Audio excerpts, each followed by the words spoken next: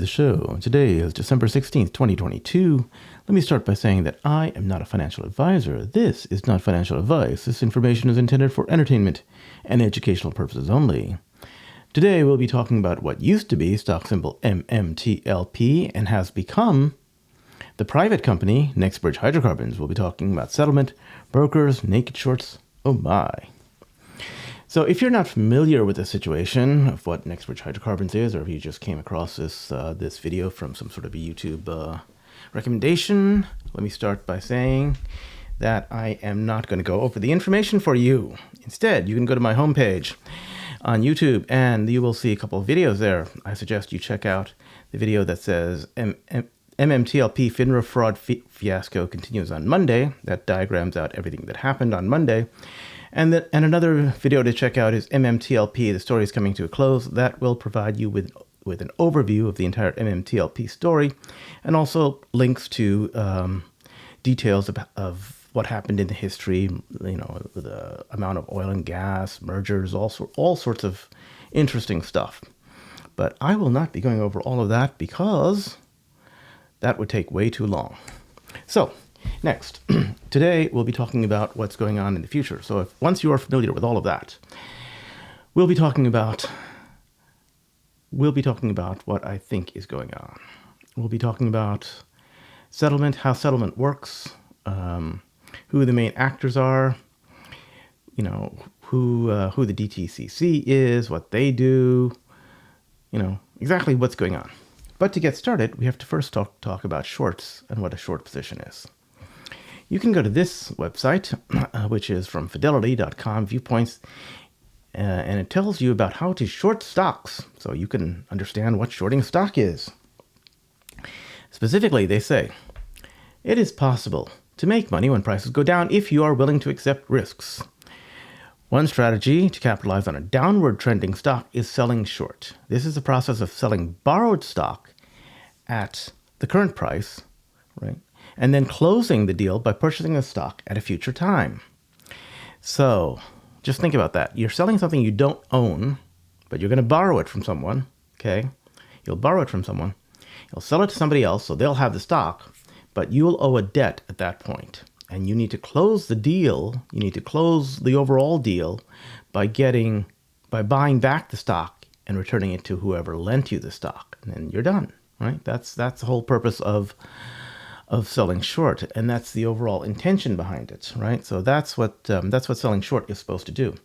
Now, if you move down on this particular article, they also state that it is a short-term strategy, and the reason it is there is a risk, okay, that the stock will actually increase in value, resulting in a loss, okay? And the potential price appreciation of a stock is theoretically unlimited. And therefore, there is no limit to the potential loss of a short position. Okay, let me repeat: there is no limit to the potential loss of a short position. And naked short selling, is the shorting of stocks that you do not own. And they state that in this article here. But I would like to amend that. Naked short selling is the shorting of stocks that you do not own or borrow, because you didn't own the original stock you sold. You just borrowed it from somebody else with the intention to pay it back. Okay? So naked short selling is the shorting of stocks that you do not own or borrow. Anyway, you can read the rest of the article. Links will be provided, of course, and that's that. So how does this all work? Well, there's this, I, and anybody goes to a broker to deal with stocks. That's just the way things are, right? So the broker will look at particular positions. Let's say the position happens to be in a symbol called MMTLP, but it could be any position. And you'll have longs who've bought shares, and you'll have shorts who've sold shares, right?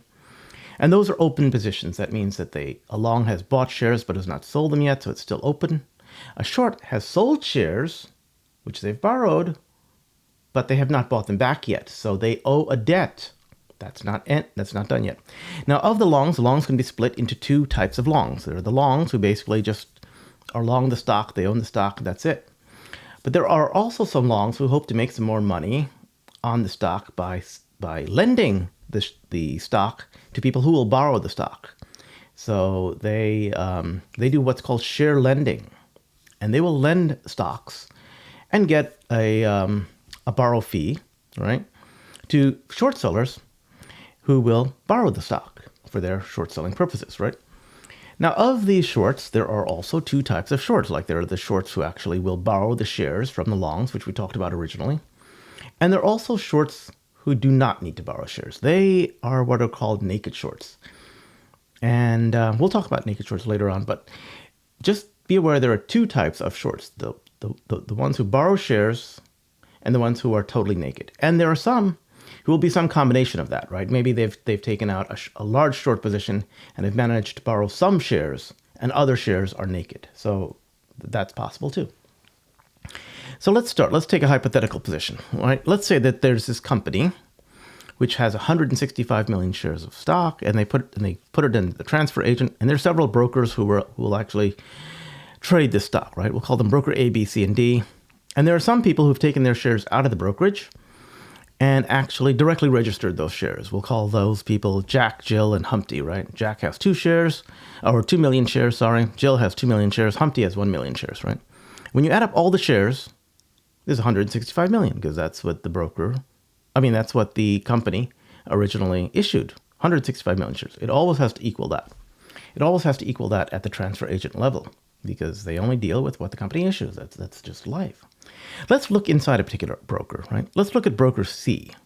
And I'm just making these numbers up at this point, right? I mean, I don't know how many shares any particular broker has of anything. I don't know what their share position is. I'm just making stuff up.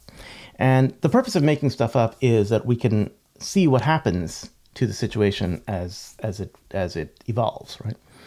So this broker has a bunch of clients in there. We'll call them Adam, Eve, Cain, Abel, Noah, Moses, etc. And they have both short and long positions. So for instance, Adam has 10 shares of stock. Eve has 15 shares of stock. Now Cain is short, so he's sold stock he doesn't have. He sold 10 shares of stock. But he's borrowed them from somebody. We don't know who he's borrowed them from, but he's borrowed them. Okay. Abel, he's long 10 shares. Noah is long 10 shares. Moses is long 15 shares.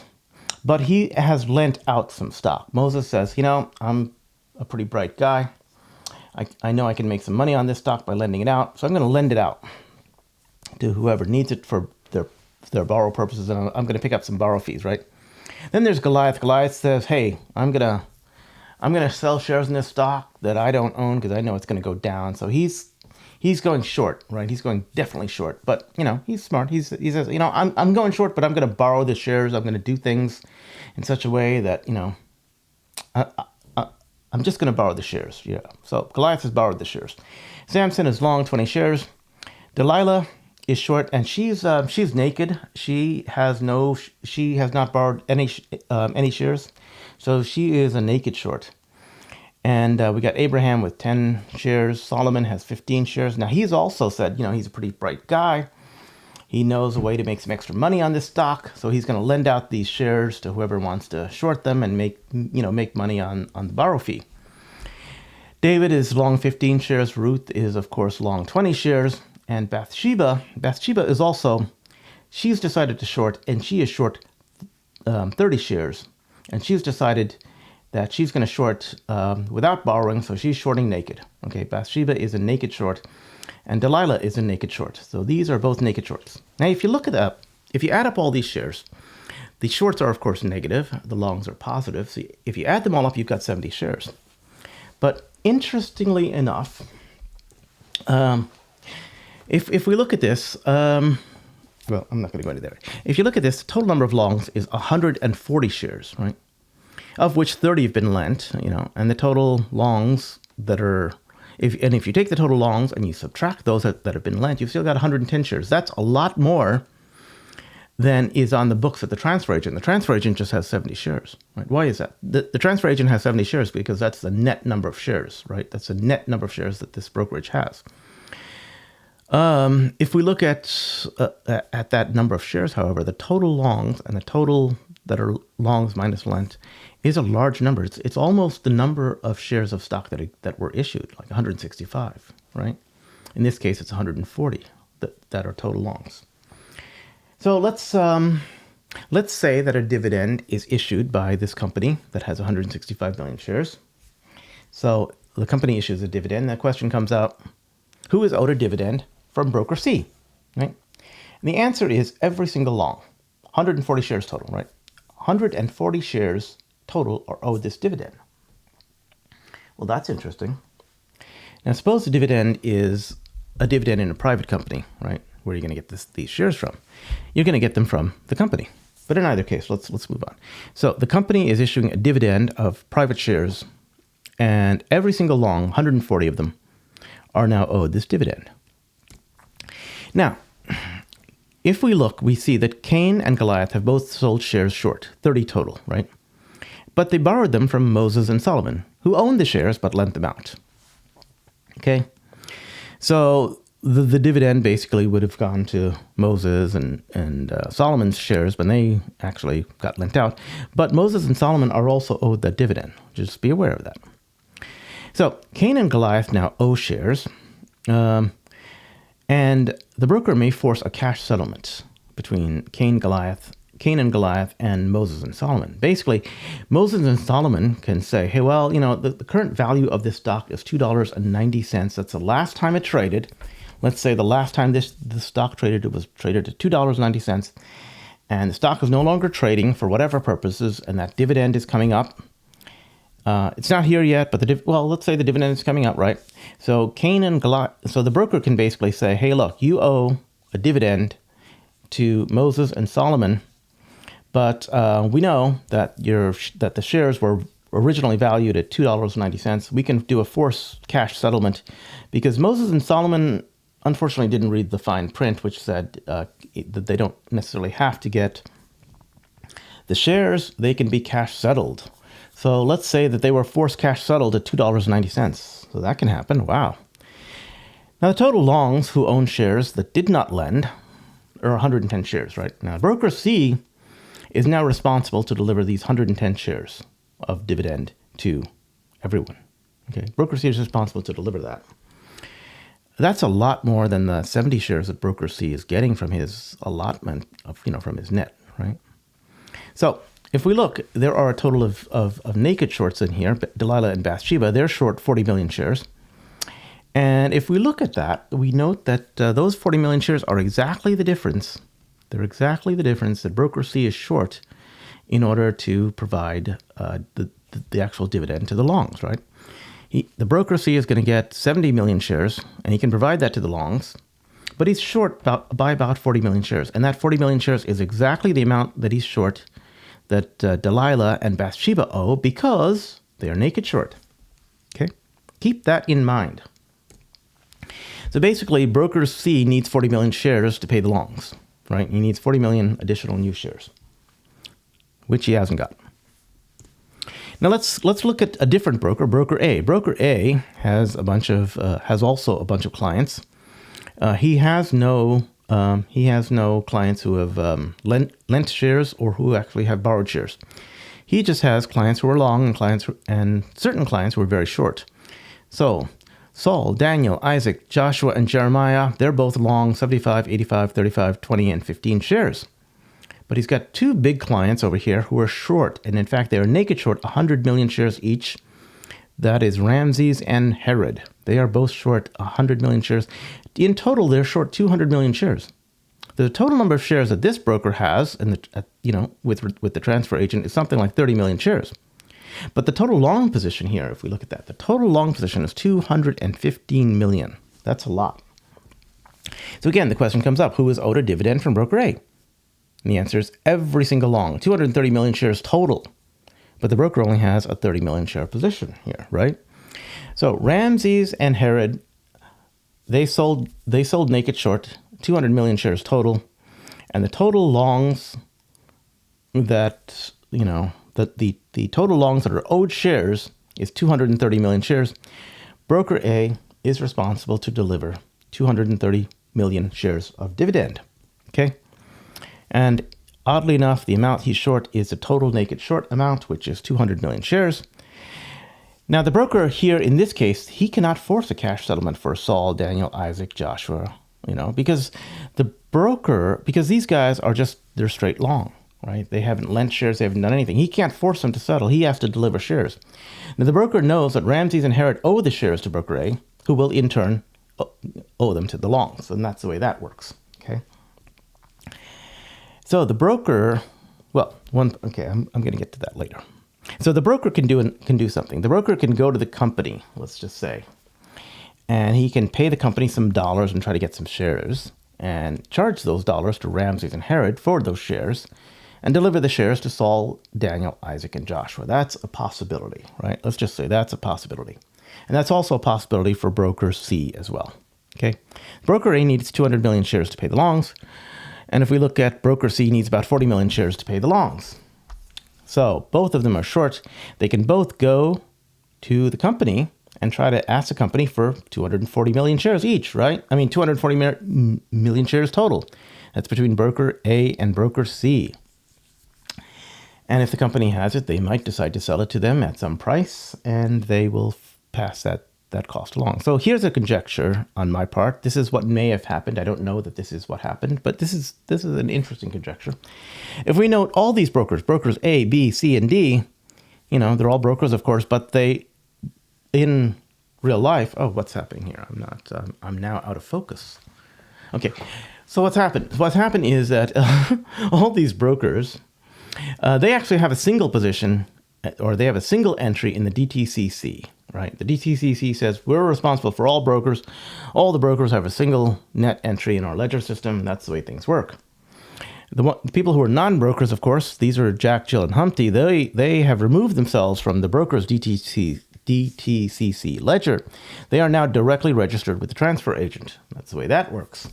So these guys now have, direct ownership. It's not that much, though, right? Just about, 5 million shares. Not too much. So let's go back to broker A. Remember broker A? Suppose we see that somebody wants to remove their shares from broker A and directly register their shares. Suppose Jeremy does that, right? Jeremy's got 15 shares. What happens then? Well, Jeremy's 15 shares get removed from the books of broker A. Broker A now has 15 shares, and Jeremy has directly registered his shares with the transfer agent. He's got 15 shares. Total number of shares is still the same, 165 million, of course. Broker A's shares are now 15 shares, and all of the DTC's overall ledger for all the brokers drops by about 15 shares, right? Because we're 15 shares less. And that's what happens if Jeremy does it, right? So previously we were here at 30 shares. Then we got Jeremy. He's registered his shares separately. So he's got his own 15, and broker A is down by 15, and that's what you get. Okay? Simple, right? Suppose Jeremy doesn't register his shares. Suppose Saul and Daniel decide to directly register their shares. Saul and Daniel have a lot more shares than Jeremy. Okay? Saul and Daniel have 75 shares and 85 shares each. Together, that's 160 million shares. Broker A was previously, they had a net position of 30 million shares. But if you remove 160 million shares, they have a net minus 130 million shares now. What? What? 160 million shares came off the books, came off the DTCC balance sheet. Okay? 160 million shares came off the DTCC balance sheet, and Saul and Daniel have 75 million shares and 85 million shares directly registered with the transfer agent. Again, this fictional story. This is, who knows. Anyway, so the DTCC ledger entry for all brokerages now, all the brokerages, if you add them all up, it's 0. What? What happened there? Let me repeat. Saul and Daniel, they registered their shares with the transfer agent. And the transfer agent said, well, that's it. We've now, every single person who's directly registered has 165 million shares. We can't accept any more direct registration. And now we know the brokerages have 0. We're going to tell the DTCC the brokerages have 0. DTCC will be made aware of it if they weren't before. And they won't register any more shares. And I think something very similar happened to stock symbol MMTLP. The DTCC got alarmed. They found out what happened. They told FINRA. FINRA panics, and FINRA presses the U3 halt button because that's the only thing they know how to do. They don't they can't solve this problem yet. They don't know what's happened. All they know is what the DTCC has 0 shares total. So what happens? All the broker shares is a net 0 from the DTCC, and they receive that 0 number from the transfer agent. All the individual people have actually directly registered their shares. So interestingly enough, if you look at that net 0, you'll see that a bunch of brokers like broker B, C, and D are all positive, right? Individual brokers can be positive, but because one or more large brokerages are negative, the net will be 0. The net of the DTCC position will be 0. What does that mean? That means all shares in brokerage accounts are actually synthetic at that point now. Huh? Yeah. All shares in brokerage accounts are synthetic. That means not a single broker will get a single share from the transfer agent because there's a net 0 there, and brokers won't get any shares from the transfer agent. Not of the dividend. It's just not going to happen. So what's a broker to do? What's a broker to do? Well, here's a broker. He's got longs, he's got shorts. First thing he's going to do is he needs to get extra shares from the company to deliver to beneficial shareholders. He doesn't know how to do that yet, but so eventually he's going to have to do that. But for now, he's going to take the shorts who had legitimate, who are negative. They have legitimate borrows, and they're going to be covered by paying whatever the last asking price is of the shares. They're going to say, we're going to cover you by making you pay the last asking price. And the longs who lent to the shorts, they're going to receive a cash settlement of the last asking price and be cash settled because the broker can't have to deal with this crap as far as he's concerned. Look, this is a problem between shorts and longs. We're going to make sure that the longs who lent out the shares are going to be cash settled. The shorts, they're going to have to be sad, but they're going to get the last asking price. They're going to have to pay the last asking price. The longs are going to get the last asking price. No one's going to be happy about that, but hey, that's, at least the shorts didn't go bankrupt. They got out by the skin of their teeth because they borrowed shares. And in fact, we saw a lot of share borrowing took place after trading was halted on Friday and Monday. Now we know what's going on with those shares being borrowed. The shares being borrowed simply because we know that those borrowed shares will they'll be cash settled. Now, the people who loaned out the shares, they may or may not have known that they're going to get $2.90 for the shares. Who knows? But they got a nice borrow fee. In either case, I think they got screwed. But let's see. So anyway, so now that leaves us with naked shorts having to provide shares to longs, people who did not lend the shares. Is that going to happen? No, it's not going to happen because naked shorts don't have any shares to give to the longs. They were naked. They have no shares. They can't do anything. So what does happen? What's the only thing that possibly could happen at this point? We will see that the broker has some money. He's going to offer some money to the company who has some shares. The company will give those shares to the broker for the right amount of money. The company's certainly not going to give it away for free. He's not going to give it away at a bargain basement price. He knows the situation that the broker is in. He knows the situation the naked shorts are in. So he's going to charge a lot of money for that. So the company is going to get a ton of money, and the broker will get however many shares he needs. The broker is not going to pay for this with his money, of course. He's going to give a bill to the naked shorts. He's going to say, here you go, naked shorts, have a bill. It's on me. You now, the naked shorts will now get a bill for those shares, and the longs will get the shares. Voila. Magic, right? Magic. Naked shorts now have a bill for those shares, and in fact, they will probably see their account decrease by the amount of money that was spent to buy those shares. The longs, however, will get the shares that are needed and are required. The broker will continue brokering because all parties are happy now. Okay. Now, interestingly enough, at this point in time, where are we at right now? After this position has happened, the company will have a significant amount of dollars in the bank. Let me repeat that. The company will have a significant amount of money in the bank. Now, the company may not want all that cash position in the bank because, they actually wanted to sell themselves to an oil company. And if you want to sell your company to another company, you have a big cash position, that company's got to buy your cash position as well. Alternatively, the company could try to drill for oil themselves. But you don't need to spend all that cash to drill for oil. It just takes a little bit of cash in this case because they got so much more cash than they need. So what's probably going to happen is that they will probably issue a cash dividend to the shareholders to get rid of that cash on their books. They'll use some of the cash to drill oil wells, possibly, once they've drilled enough oil wells, they'll pump some oil and pay out some dividends later on. It's an oil business, right? Alternatively, they now have a smaller cash position, and another oil company may come along and say, hey, look, we'd love to buy your assets. We'd love to buy the fact that you have now wells on the property and are pumping oil. We'd love to buy that from you. So you may get another dividend, or you may get another stock swap with a major oil company as that happens. So that's always a possibility. Okay. Now, what happens? What is all this process that I've described? This is something called CNS, continuous net settlement. It's also known by the term netting. Dr. Suzanne Trimbath is the expert on netting and CNS, and I recommend you check out her book and her vlog and her Twitter account and all that. She will tell you all about that.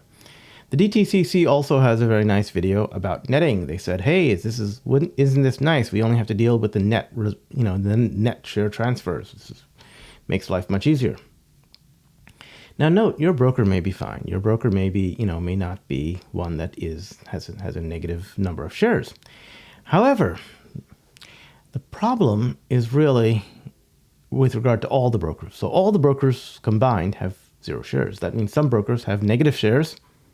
Other brokers may have positive shares, but the net result for everybody in terms of as far as the DTCC is concerned is 0.